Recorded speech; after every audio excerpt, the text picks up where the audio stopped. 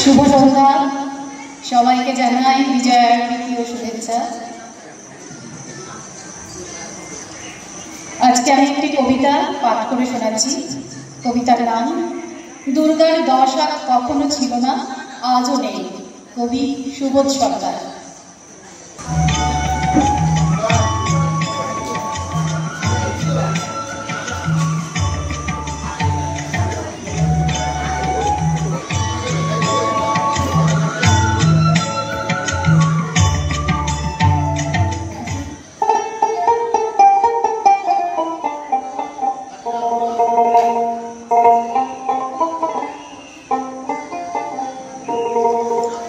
আমার মা আমাকে একবার কানে কানে একটা কথা বলেছিল, ফিস ফিস করে বলেছিল, যাতে কেউ শুনতে না পায়। আমার কানটাকে টেনে কাছে এনে মা বলেছিল, কাউকে বলবি না তো? আমি বললাম, কি? আগে বল, কাউকে বলবি না? আমি বললাম, বলবো না। মা বলল, দুর্গার কটা হাত? আমি বললাম, 10টা। মা বলল, কোনো দিন দুর্গার 10টা হাত ছিল না। প্রথম দিন 2টো ছিল, তারপর 3টে হলো, তারপর 4টে হলো। এভাবে কি একটার পর একটা হাত গজায় কারো? তুই 2টো হাত নিয়ে পৃথিবীতে এসেছিস, তোর কি কোনো দিন 4টে হাত হবে? দুর্গার হাত প্রথমে 2টো ছিল, আজও 2টো আছে। 100 বছর পরেও 2টোই থাকবে। মা যেদিন কথাটা ফিসফিসিয়ে বলেছিল, সেই ফিসফিসানোর বয়স 100 বছর না হলে 50 হবে। মাকে কথা দিয়েছিলাম, কাউকে বলবো না। বলিনি, আজ দেখলাম। আমার মা পাবনা থেকে পালিয়ে আসা একটি মেয়ে, যে কিনা সীমান্ত পেরোনোর সময় বাবার সঙ্গে বোমার ধরা পড়ে করে জিজ্ঞাসা করেছিল রাইফেল ধারীকে, তোমরা এখানে তুলসী গাছ লাগাতে দেবে তো? সেটা ছিল কোজাগরীর আগে। দীপাবলিতে কোনো দ্বীপ জ্বলেনি সেবার।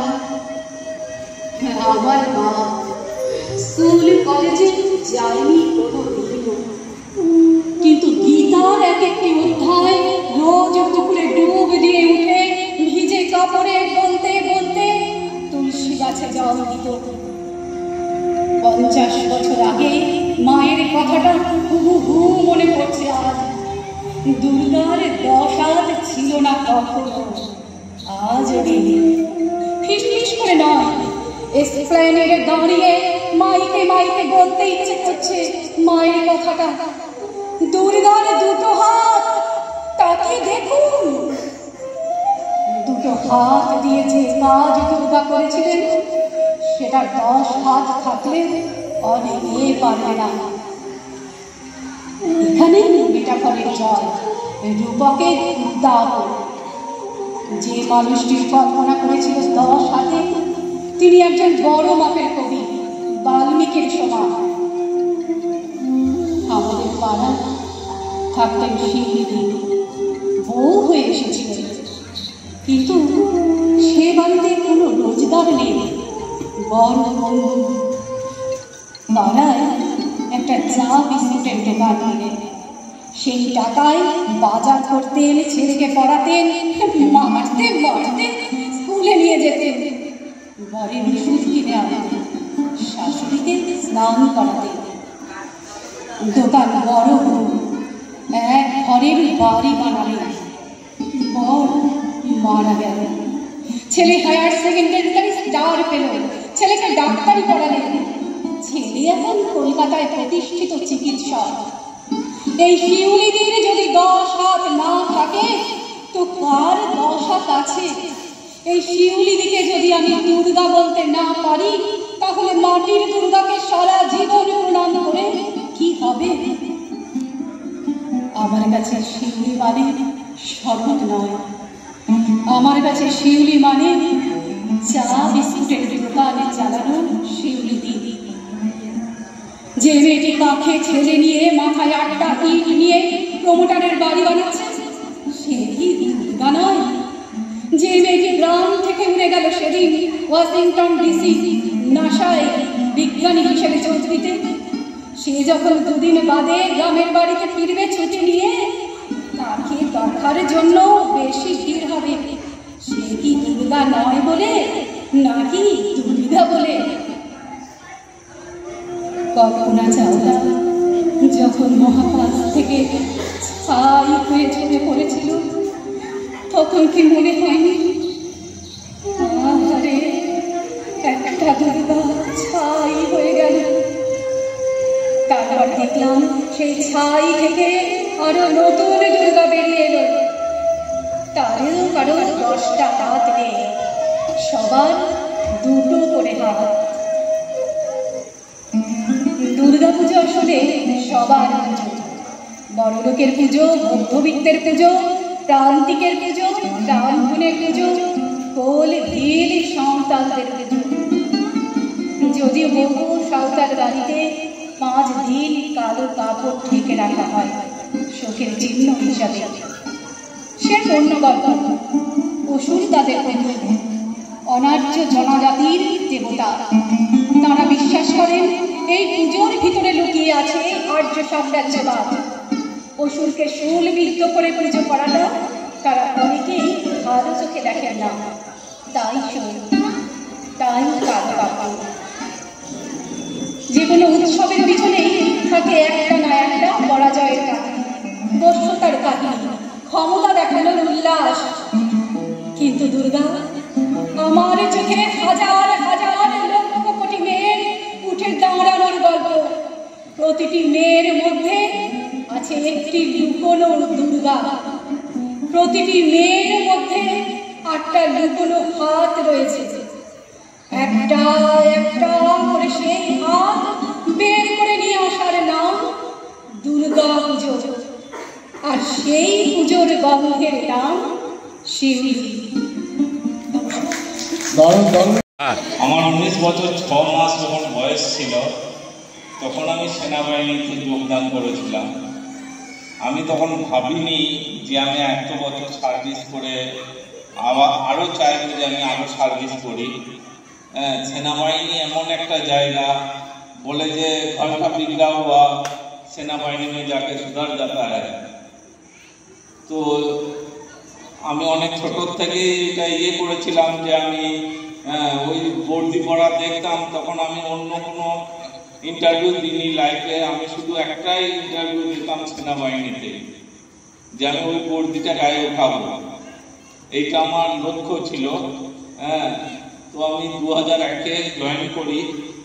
তো আমার লাইফে সব থেকে একটা বড় ঘটনা হয়েছিল ছত্তিশগড়ে যখন আমি ছিলাম 2007-এ। ওই বিকাল 5:30 এরকম টাইম হয়েছিল। তো আমাদের ওই সময় তো এত মোবাইল ফোনও ছিল না, টাওয়ার ছিল না। তো আমাদের একটা ল্যান্ডলাইন ফোন ছিল। তো নকশালিরা সেই ল্যান্ডলাইনের তারটা কেটে দিয়েছিল, যাতে ওইটাতেই আমরা ঘরে 2 মিনিট 5 মিনিট করে হয়তো সপ্তাহে 1 দিন 2 দিন করে কথা বলতে পারতাম। তো ওরা কেটে দিয়েছিল। তো আমরা খুঁজে যাই যে তারটা জয়েন করে আসতে হবে, না হলে 4-5 দিন সবাই কথা বলতে পারেনি। তো আমরা 3টে 3:30-এর সময় গেছিলাম। আমাদের থেকে 4-5 কিলোমিটার দূরে ওরা তারটা কেটেছিল। তো এইরকম একটু এরিয়া ডমিনেশনে করে আস্তে আস্তে আমাদের 5:30 হয়ে গিয়েছিল। তো ওই দিন প্রায় 450 থেকে 500 নকশালি ওই দিন ছিল, যে আমরা ছিলাম মাত্র 17 জন। তো ওরা আমাদেরকে চারদিক থেকে ঘিরে নিয়েছিল। তো এমন এত ফায়ার আসছিল যে গাছের ডালে ফায়ার লেগে গাছের ডাল শুধু ভেঙে পড়েছিল, এইরকম অবস্থা ছিল। তো আমরা সেদিন ভাবলাম যে আমাদের বাঁচার তো মৃত্যুটা সামনের থেকে আমি দেখেছিলাম যে হ্যাঁ আমাদের মৃত্যু অবধারিত, এইখান থেকে হয়তো আমরা ফিরে যেতে পারবো না। কিন্তু ওই সময় আমাদের একটা যে ব্যাচ ছিল, ওই ব্যাচটা পুরো ইয়াং ছিল। মানে সবারই ওই 22-23 এইরকম বয়স ছিল। তো ওরা ফায়ার করছিল, আমাদেরও ফায়ার করছিল। ওদের টার্গেট ছিল যে এদেরকে আটকে দেওয়া, মানে রাত হলে ওদের সুবিধা হবে জঙ্গলের মধ্যে। আর আমাদের টার্গেট ছিল ওদের জঙ্গল থেকে বেরিয়ে ক্যাম্পে ঘুরে আসা। তো ওরা যখন দেখলাম যে ফায়ার ধীরে ধীরে করছে, তো আমরা আমাদের ক্যাম্পের দিকে আসার করি, কিন্তু ওরা দুটো কাটাকাটি লাগিয়ে রেখেছিল যে এদিকে গেলে ওরা আমাদেরকে অ্যাটাক করবে ওইখানে। তো আমরা ওই সময় একটা ডিসিশন নিয়েছিলাম যে আমরা ওই রাস্তা দিয়ে যাবো না, আমরা অন্য রাস্তাতেই যাব। আমরা হয়তো 7 কিলোমিটার আরো ঘুরে গেছিলাম। তো সেই দিন আমরা খুব কষ্ট করে ফিরে এসেছিলাম ক্যাম্পে, অনেক কষ্টের ছিল। তো ফৌজি লাইফটা অনেক আমাদের থেকে আমরা মনে করি যাদের ফৌজি যে ফ্যামিলিরা আছে, আসল ফৌজি তারাই, পুরো পরিবারটাকে তারাই হ্যান্ডেলিং করে। হয়তো আমরা ওখানে সার্ভিস করি, কিন্তু আসল তাদের পরিবাররা ফৌজি, আসল ফৌজি তারাই, আমরা নয়। এই বলে আমি অনেক ধন্যবাদ শান্তি। আমাদের অনুষ্ঠান চলছে, যারা শপথদার আবৃত্তি, শপথদার লেখা আমরা শুনবো।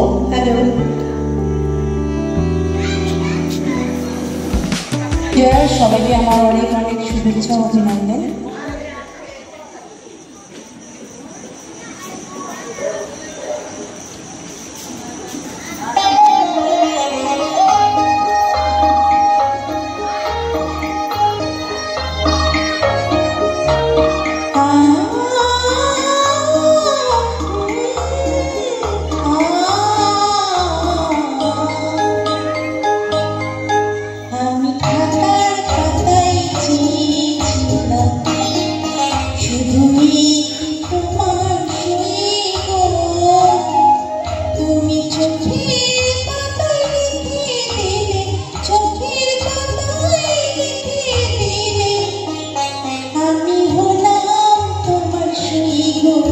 আমি হলাম তোমার সই গো, আমি হলাম তোমার সই গো।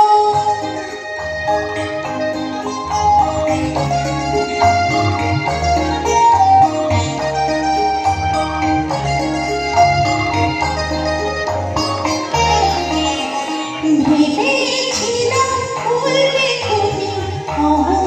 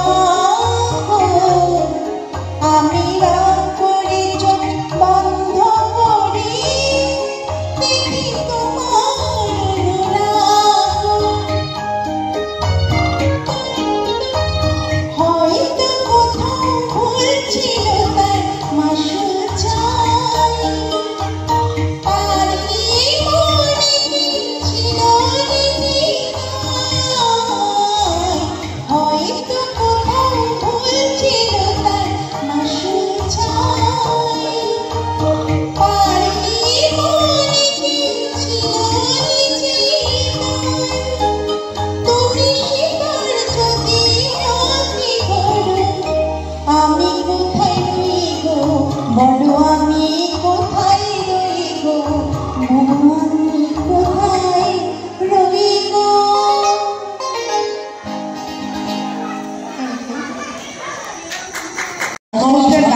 যত জোরে হাততালি দিল, বৌদির বেলা আসছে হাততালি দিচ্ছে কেন? না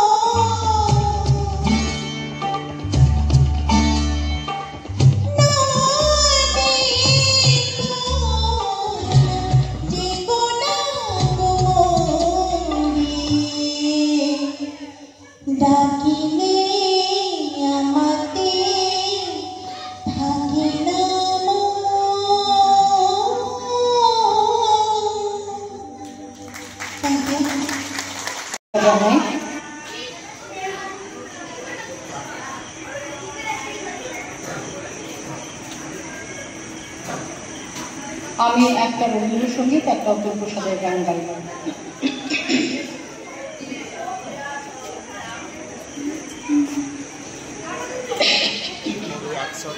প্রাণ ভরে তৃষা হরে মোরে প্রাণ প্রাণ ভরিয়ে তৃষা হরে মোরে আরো দাও প্রাণ তব ভুবনে তব ভবনে মোরে আরো দাও স্থান মোরে আরো দাও প্রাণ প্রাণ ভরিয়ে তৃষা হরিয়ে মোরে আরো দাও প্রাণ আরো প্রেমে মোর আমি ডুবে যাই আলো এই নয়নে প্রভু ঢালো সুরে সুরে বাঁশি পুরে তুমি আরো দাও তান মোরে আরো দাও প্রাণ প্রাণ ভরিয়ে তৃষা হরিয়ে মোরে আরো দাও প্রাণ আরো বেদনা প্রভু দাও মোরে আরো চেতনা দ্বার ছুটায়ে বাধা টুটায়ে মোরে করো ত্রাণ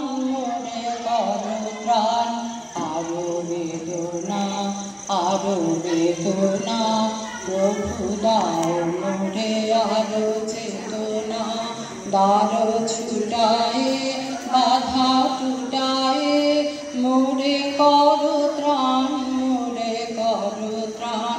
আরো প্রেমে মোর আমি ডুবে যাই আরো প্রেমে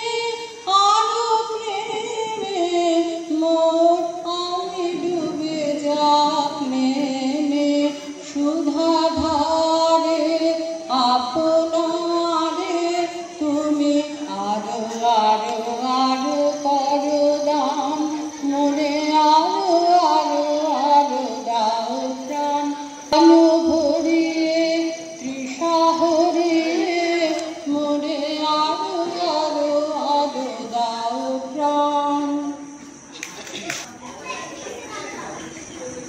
মোরা নাচি ফুলে ফুলে দুলে মোরা নাচি ফুলে ফুলে দুলে মোরা নাচি সুরধুনি কুলে মোরা নাচি সুরধুনি কুলে মোরা নাচি ফুলে ফুলে দুলে মোরা নাচি ফুলে ফুলে দুলে কখনো চলিবে গে কভু মৃদু চরণে কখনো ছুটি মোরা ফুল ভালো হরণে কখনো চলিবে গে কভু মৃদু চরণে কখনো ছুটি মোরা ফুল ভালো হরণে কোথা হতে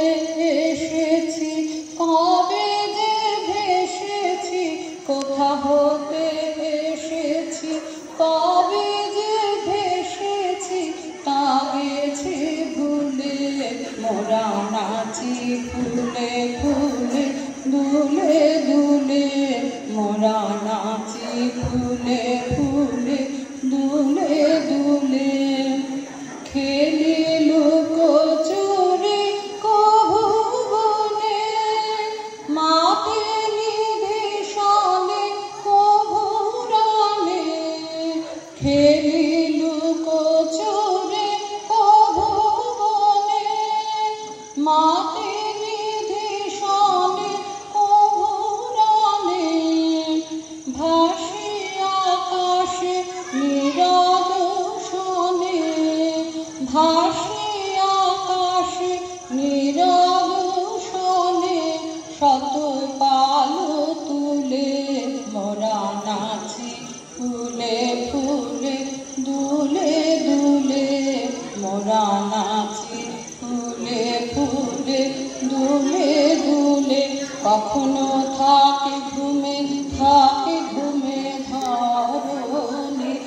গহন নদী নিধি নভে মেঘ তরুণী, যখন থাকি ঘুমে ধরণী। গহন নদী নিধি নভে মেঘ তরুণী, কোন জাগে হরষে মোদের পরশে, কোন জাগে হরষে মোদের পরশে।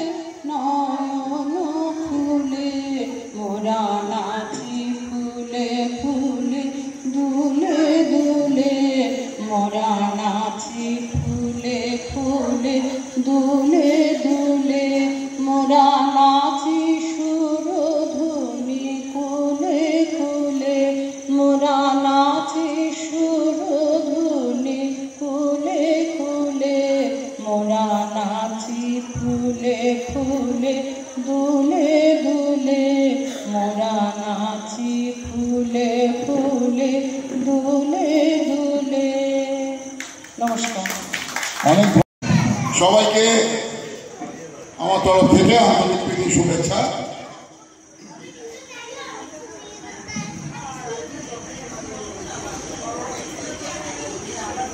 আমার লেখা শেষ কবিতা রিসেন্ট আমি যেটা লিখেছি, কবিতার নাম ফিরে দেখা।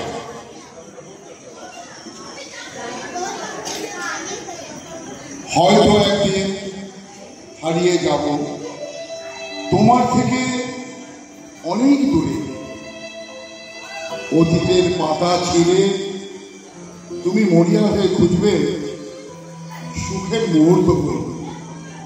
শরতের আকাশে পেঁজা ধুলোর মতো ভিড় করবে সুখস্মৃতি।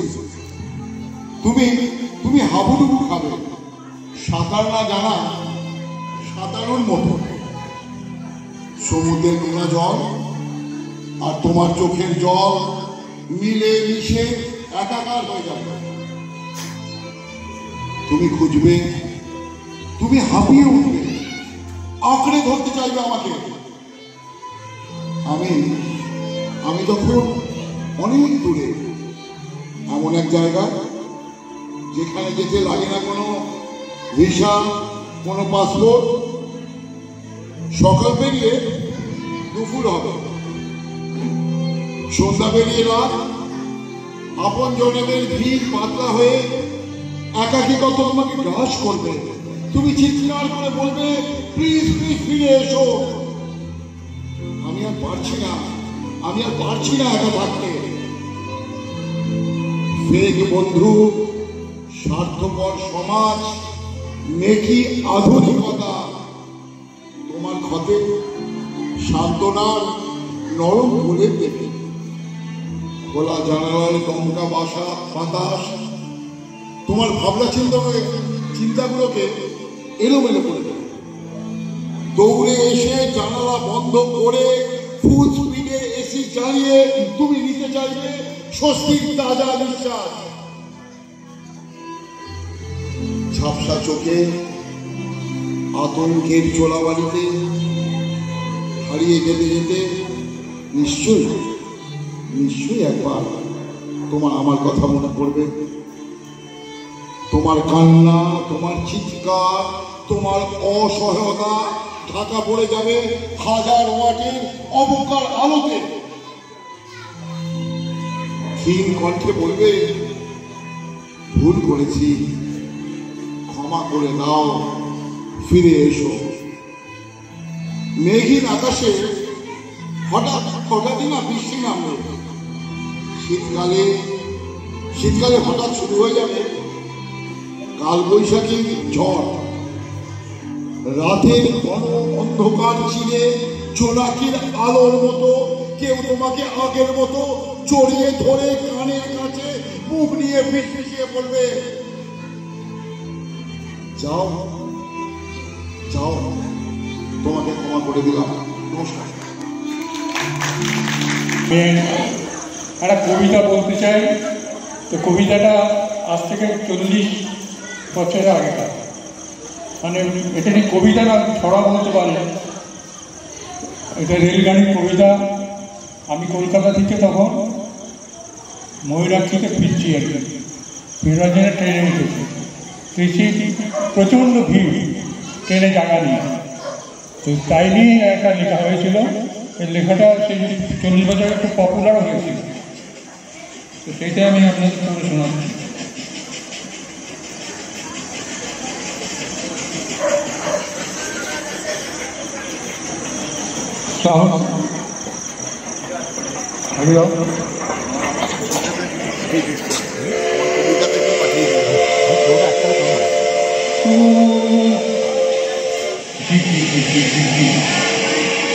সারাটা গাড়ি ভিড়ে দেখি, এই গাড়িতে সিট মেলা পাওয়া, দেখি নুমাদা সিট কার, এ সিট কার, একটু বসা যাবে? দেখছো তো নুমাদা এখান থেকে ফুটবে। সরি, আমি বুঝতে পারিনি। এই যে দাদা, শুধু দাঁড়া, লেডিজের লাগছে ঠাকুরি। কি যে করি, কোন দিকে যাই, দেখি কি বলে। रास्ता बिहारी भाई, भाई साहब थोड़ा घूम के बैठिए, माफ कीजिए। तो उनमें दर्द माफ कीजिए। ठीक है, ये बाप का प्रॉपर्टी है और ये इसलिए तो सब लूट के खाए। এই যে দাদা ভালো ডাকবুক আছে দেবো, আগে ভাই বসি তারপর দেবো।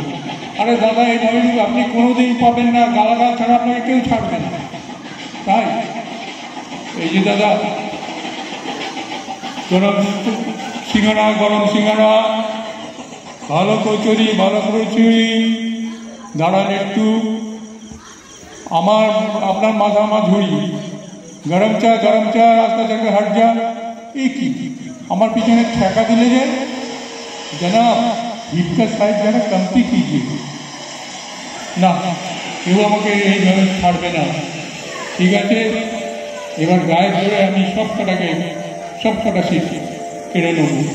দেখি बिहारी भाई, देखी तो तुम्हारे कोথায় दर्द? बाबू आप लगता है अब सच मारो। बाबू बैठिए मेरे पास बैठिए, ऐसा आप पहले क्यों नहीं किए? नमस्कार।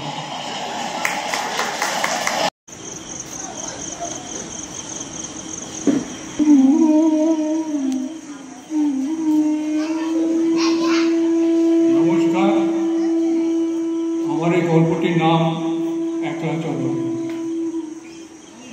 জীবনে মাঝে মাঝে একলা হয়েছে, যেতে হয়, সেই সময়টাকে ধরেই আমার এই লেখাটা। মাধুরী ঘুম থেকে ওঠো, আরে বিকাল হয়ে এবার যে সন্ধে নামবে, প্রতিদিনকার মতো হুইল চেয়ারে করে বেড়াতে বেরোবে না? ওঠো মাধুরী, চলো।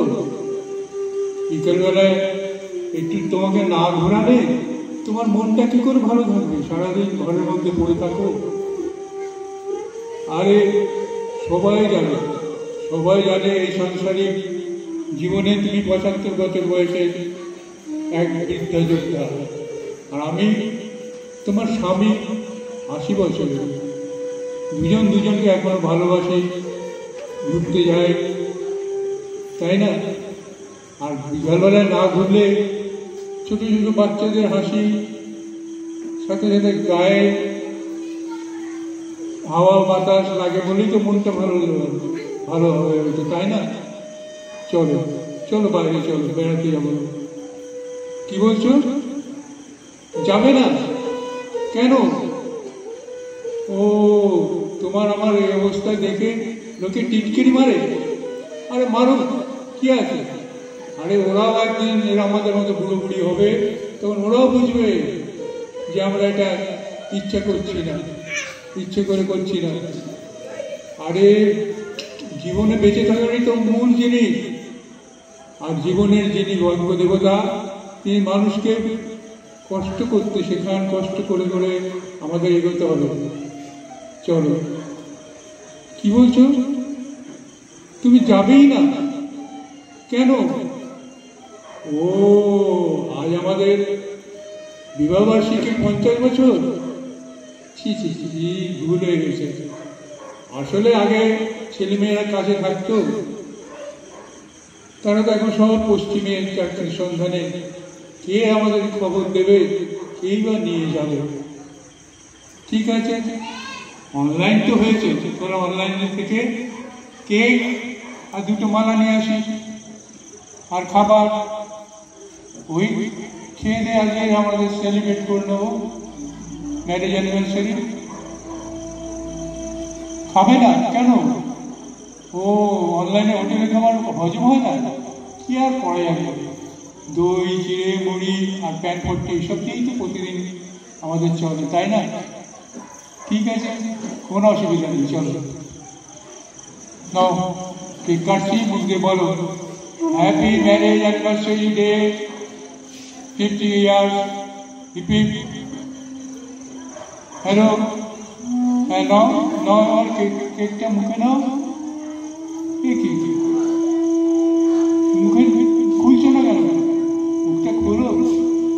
আচ্ছা, এইবার চলো মালা বদল। হ্যাঁ, এইবার মালা বদল, রজনীগন্ধার মালা। তুমি আমাকে পড়াও, আমি তোমাকে পড়ে দিই। হ্যাঁ, বাহ, খুব সুন্দর লাগছে। আগেকার দিনের স্মৃতিগুলো মনে আসছে। মালা বদলের পর কি করা হতো? তোমাকে জড়িয়ে ধরতাম, ঠিক কোমরে লেগে গেল গো, কোমরটা আমার গেল গো। আসলে স্মৃতিগুলো সবসময় চোখের সামনে এত ছোট হয়ে আসে না। ওরা তো আসলে আমাদের বয়স হয়েছে, পারি না স্মৃতিগুলোকে ধরতে, কিন্তু স্মৃতিগুলো যখন মনে পড়ে তখন ওরা আমাদের জানি নিয়ে খেলতে চায়। কি করবো বলো? সেই যে তোমাদের আমি পড়াতে যেতাম, তো পড়াতে অনেক রাত হয়ে যেত না? তার তোমার বাবা এসে দরজা দিয়ে বলতেন, মাস্টারমশাই অনেক রাত হয়ে গেল, বাড়ি ফিরুন। বাড়ি যাবেন না? বাড়িতে যাবো, কিন্তু মাধুরীকে আরো পড়াতে হবে, ওকে ভালো করে অঙ্ক বসাতে হবে, তাহলে পাস করবে কি করে? তারপর ধরো আরেকদিন সেই যে তোমাকে রবীন্দ্রসঙ্গীত শোনাচ্ছিলাম, তোমার মা শুনতে পেয়ে, মাস্টারমশাই এনি প্রবলেম? না, প্রবলেম না, আসলে আমি রবি ঠাকুর একটা ভার্স পড়াচ্ছি, তো উনি বলেছিলেন যে মন খুশি না থাকলে না এইসব মাথায় ঢুকবে না, তাই একটু গান গেলে মন ঠিক করছিলাম। এইভাবে আমাদের দিনগুলো কেটেছে। বলো কি কিছু, তোমার মা বাবা কিন্তু কিচ্ছু বুঝতো না, কিন্তু তুমি আমি বুঝতাম। ওরা চলে গেলেই আমার ফিসফিসে কেরম হাসতাম। বলো চলে বেরিয়ে। কি মাধুরী, তুমি এলিয়ে পড়ছো কেন? তোমার চোখের পলক পড়ছে না কেন? চোখ দুটো আমার দিকে তাকিয়ে আছে কেন? মাধুরী, কি মাধুরী, আমাকে তুমি এই বিবাহের 50 বর্ষ উপলক্ষে তুমি কি ডেথ অ্যানিভার্সারিটা করে দিলে নাকি? আমাকে একা ফেলে গেছে মাধুরী। আমি মানবো না, আমি হাসবো, আমি যুদ্ধ জয়ের গান গাইবো। তুমি তো শিখিয়েছিলে যে দুজনের মধ্যে একজন তো কখনো হতেই হবে। তখন আমাদের আরো শক্ত হয়ে চলতে হবে। হ্যাঁ, শক্ত হয়ে চলতে হবে বলেছিলেন, সে শক্ত হয়ে আমি চলবো। আমি হারবো না, আমি জীবনের কাছে মাথা নত করবো না, আমি শক্ত হয়ে থাকবো। আর রবি ঠাকুরের সেই বিখ্যাত গান, যদি তোর রাগ শুনে কেউ না আসে, তবে একলা চল রে, একলা চল রে, একলা চল রে।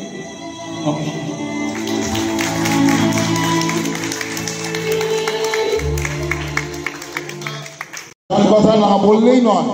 সুমন, আজ আমরা বহু বছর একসঙ্গে আছি।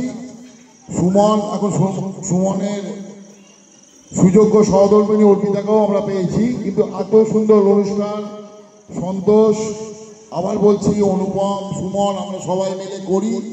অনেকে হিংসা করে আমাদের, যে বাবা তোদের পাড়ায় 4-5টা করে প্রোগ্রাম হয়, এই ব্যাপারে আমি যার ভূমিকা অনস্বীকার্য আমার ছোট ভাই সুমনকে আমি কিছু বলার জন্য অনুরোধ করছি।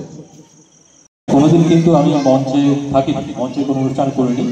অ্যাকচুয়ালি সংগঠনগতভাবে ব্যাকস্টেজে কাজ বরাবরই, কিন্তু আজকের এই যে এত সুন্দর পরিবেশ, শান্তিও তার জীবনের অভিজ্ঞতার কথা বললো, এবং প্রত্যেকেই যারা উপস্থিত আছে কিছু না কিছু অনুষ্ঠান যতটুকুনি পারে তারা করেছে।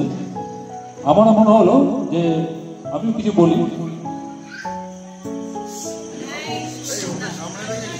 জীবনের 2-3টে অভিজ্ঞতার কথা, খুব মজাদার অভিজ্ঞতা।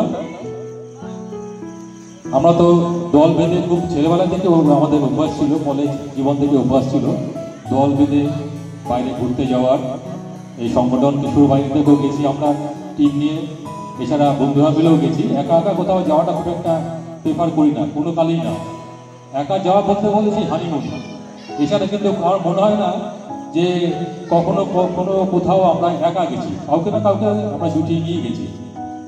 তো সেরকমই ছোট্ট ছোট্ট 3টে অভিজ্ঞতা, খুব মজাদার অভিজ্ঞতা আমি একটু শেয়ার করতে চাই। প্রথম গল্পটা সত্যি ভূতের গল্প, খুব ছোট্ট, খুবই মজাদার। তখন আমার বিয়েতে হয়নি, অনেক বছর আগের কথা বলছি, এবং ঝাড়খণ্ড রাজ্যটাও তৈরি হয়নি, বিহারই ছিল।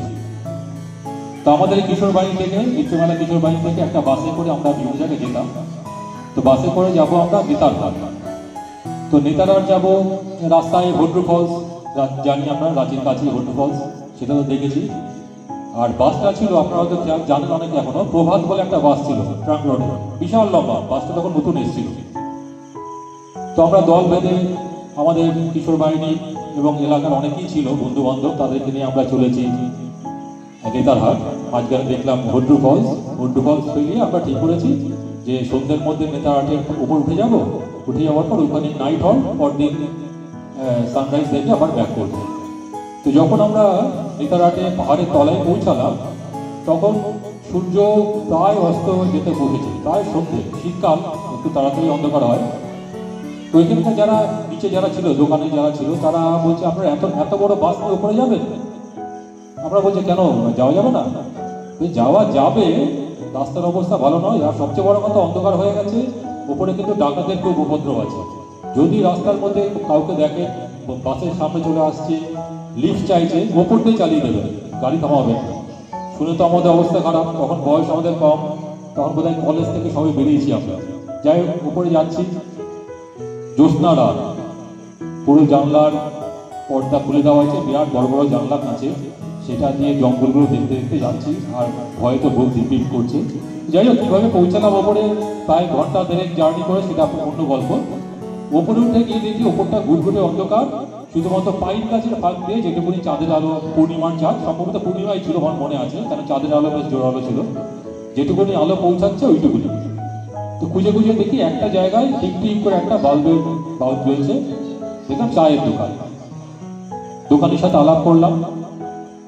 ওই দোকানে হচ্ছে একজন আর্মি ম্যান।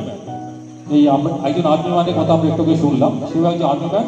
সেই সময় তার ছুটি আছে, ছুটিতে সে বাড়িতে এসছে, ওই নেতারহাটে তার বাড়ি, এবং ওইটুকুনি সময় সে একটা চায়ের দোকান, চা, ডিম, টোস্ট ইত্যাদি পাওয়া যায়, সেগুলো করে আবার ছুটি শেষ করে বাড়ি চলে যাবে। তো আমি তাকে জিজ্ঞেস করলাম যে আচ্ছা, এখানে থাকার কোনো জায়গা পাওয়া যাবে? বলছে থাকার জায়গা, এখানে থাকার জায়গা কোথায় পাবে? একটাই হোটেল আছে, প্রভাত বিহার।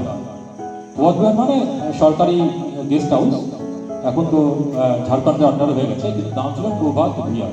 তো আমরা গেলাম সেখানে, আর প্রচন্ড ঠান্ডা, মানে আমরা ভাবতেই পারিনি এতটা ঠান্ডা হতে পারে।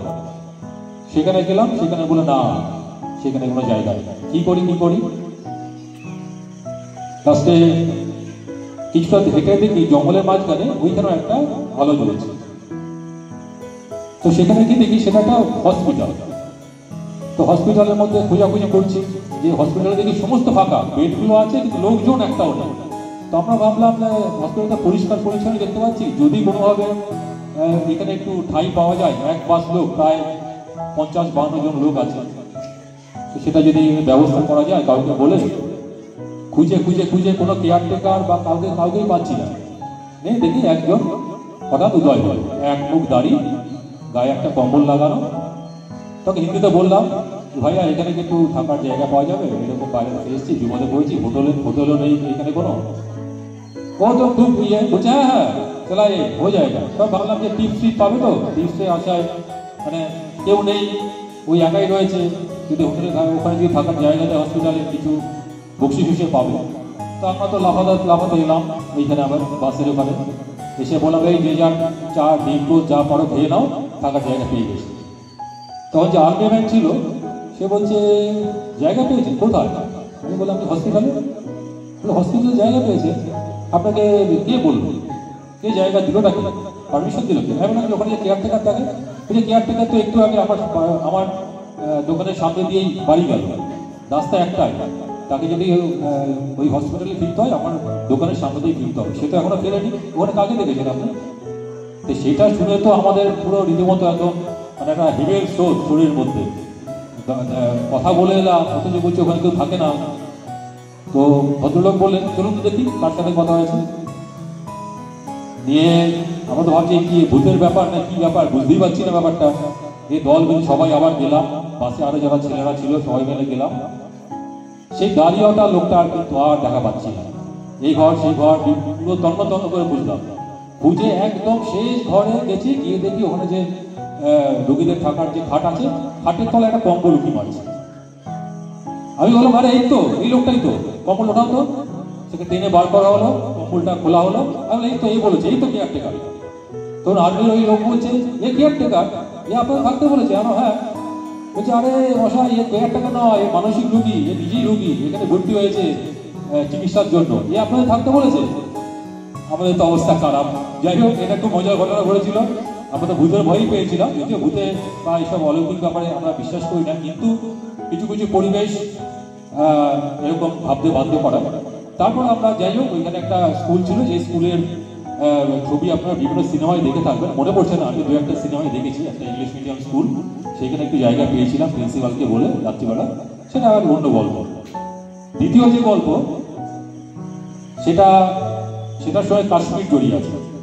কাশ্মীর জড়িয়ে আছে মানে আমরা ভেবেছিলাম কাশ্মীর বেড়াতে যাবো, আগেই আমরা গেছি একবার, তো অর্পিতা যাইনি, তো ভেবেছিলাম যে একবার আরেকবার যাওয়া যাক, সেটাও একটা ঠিক করা হলো, যাওয়া হবে। সেই সময় পুলওয়ামার ঘটনাটা ঘটলো, এর ফলে কাশ্মীর ট্যুর ক্যান্সেল। তো আমরা কি করবো, কাশ্মীর ট্যুর ক্যান্সেল, ট্যুরটা তো আর ক্যান্সেল করা যায় না। আমরা ঠিক করবো অন্যদিকে চলে যাই, উত্তর থেকে দক্ষিণে, মানে কেরালা। তো কেরালায় ঘুরেছি, কেরালার সঙ্গে আমাদের তামিলনাড়ু আছে, মানে কন্যাকুমারী দেখে আমরা ব্যাক করবো। তো ওইখানে আমাদের একটা টিম ছিল, প্রায় 20-22 জনের একটা টিম ছিল।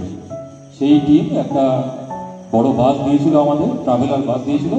আর আমাদের যে ট্যুর অপারেটর, এই প্রথম আমরা ট্যুর অপারেটরের সাথে গেলাম, কোনোদিন ট্যুর অপারেটরের সাথে আমরা যাইনি, যা গেছি আমরা নিজের অর্গানাইজ করেই গেছি।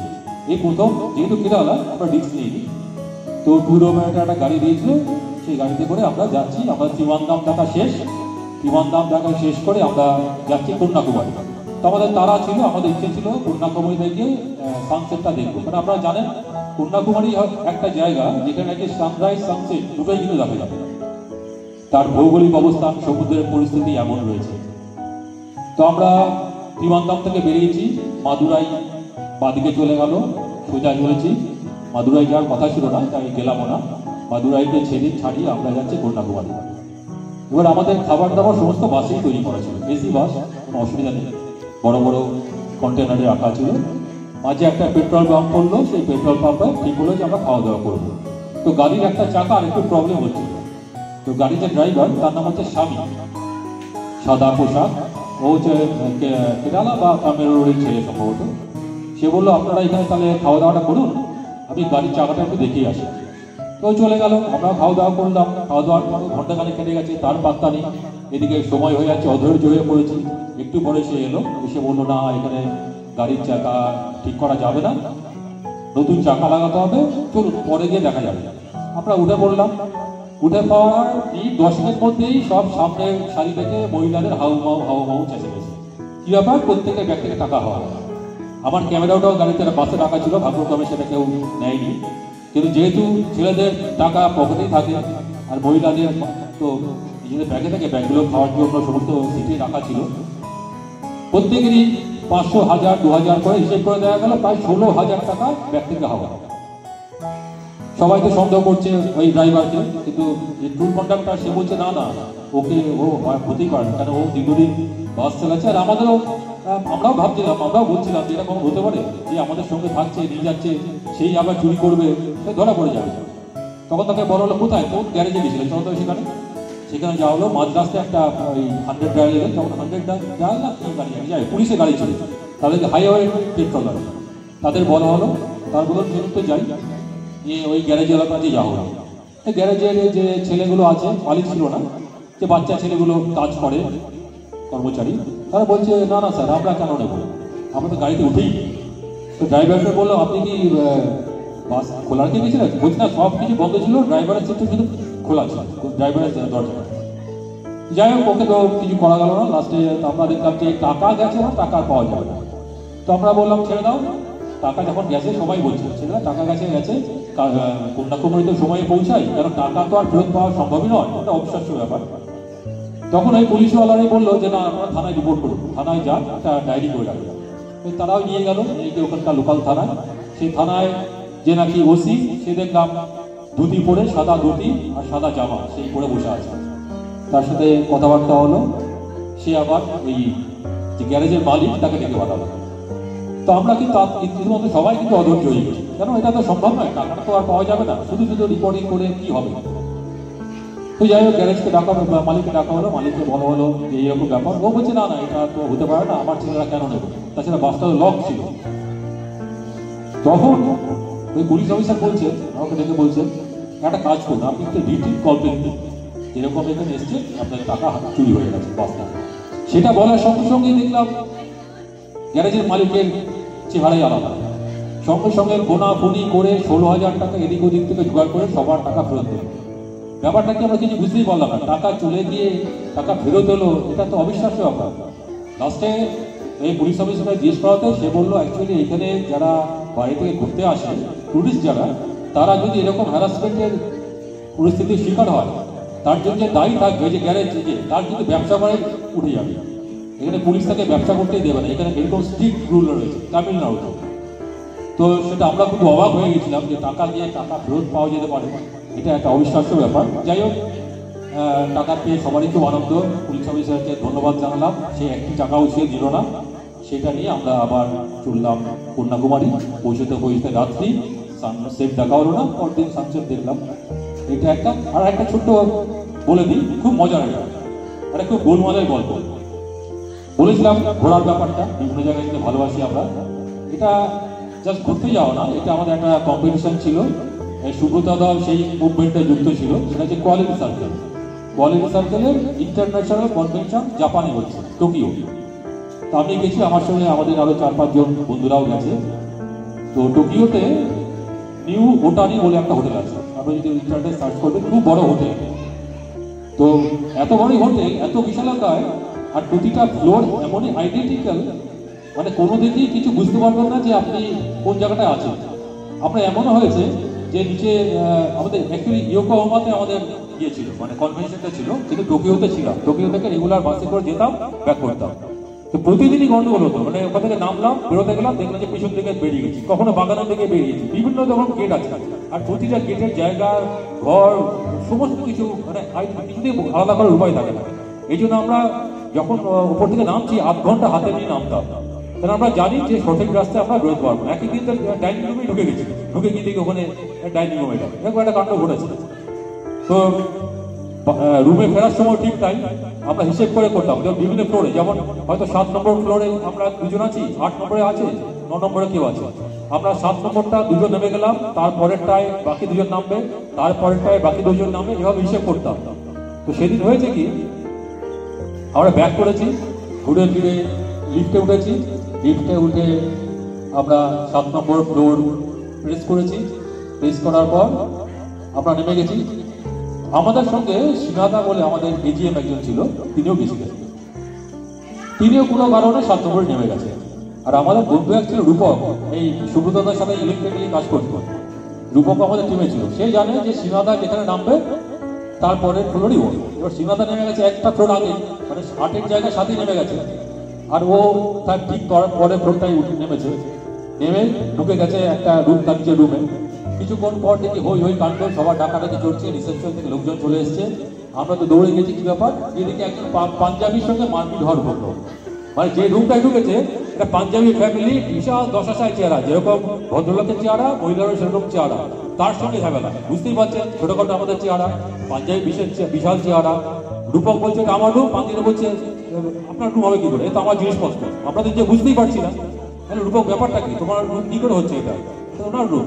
বলছে না, সীমাদা যেখানে নেমেছিল তার পরের ফ্লোরে তো নেমেছি, ডান দিকের রুমটা আমার ছিল। তাহলে আরে বোকা, সীমাদা একটা ফ্লোর আগে নেমেছে, তোমার আরেক তলায় দেখো রুম আছে। ও ব্যাপারটা বুঝতে পারলো, বুঝতে পারে সে একটা মজার সিচুয়েশন, সেই পাঞ্জাবি ভদ্রলোকের সাথে একটু মিটমাট করে নেওয়া হলো, যে ভুল বোঝাবুঝি হয়েছে। তো এরকম অনেক রকম মজাদার ঘটনার সম্মুখীন আমরা হয়েছি। 3টে মনে পড়লো, আপনাদের মধ্যে শেয়ার করলাম। এইটুকুনেই আজকের মতো, ধন্যবাদ।